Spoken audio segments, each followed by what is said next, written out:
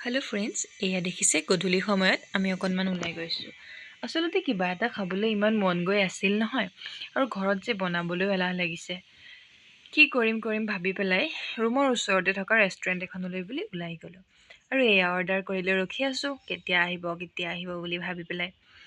আৰু এয়া আহি গ'ল আমাৰ অৰ্ডাৰ। আমি চিকেন ফ্ৰাইড ৰাইচ অৰ্ডাৰ কৰিছিলোঁ, আৰু এয়া আমি খাবলৈ আৰম্ভ কৰি দিছোঁ।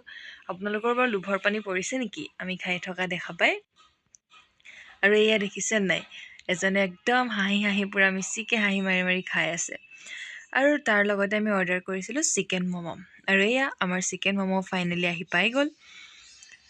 ধুনীয়াকৈ সেয়া পেট ভৰাই খাই লৈ আৰু কিনো কৰিম, লাহে লাহে উভতি আহিছোঁ ঘৰলৈ বুলি। সেয়া চাওক, মানুহজনে হাতত একদম ঘৰৰ বজাৰ লৈ আহি আছে খোজকাঢ়ি। তাতে চানা দোকানখন দেখি মন গ'লেই নহয় আকৌ কেঁচা চানা কেইটামান খাবলৈ। সেয়া চানা ল'বলৈ ৰখিলোঁ, দেখিছেনে বাৰু? চানা খাই বৈ আৰু আকৌ উভতি আহিছোঁ।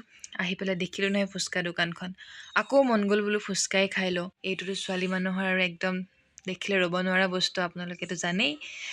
সেয়া অলপমান ফুচকা খালোঁ। মানুহজনে কৈছে বোলে কিমান পাৰা খোৱা, তথাপিও বেছিতো নোৱাৰি, যিমানকণ পাৰি খালোঁ আৰু লাহেকৈ ঘৰলৈ উভতি আহিলোঁ।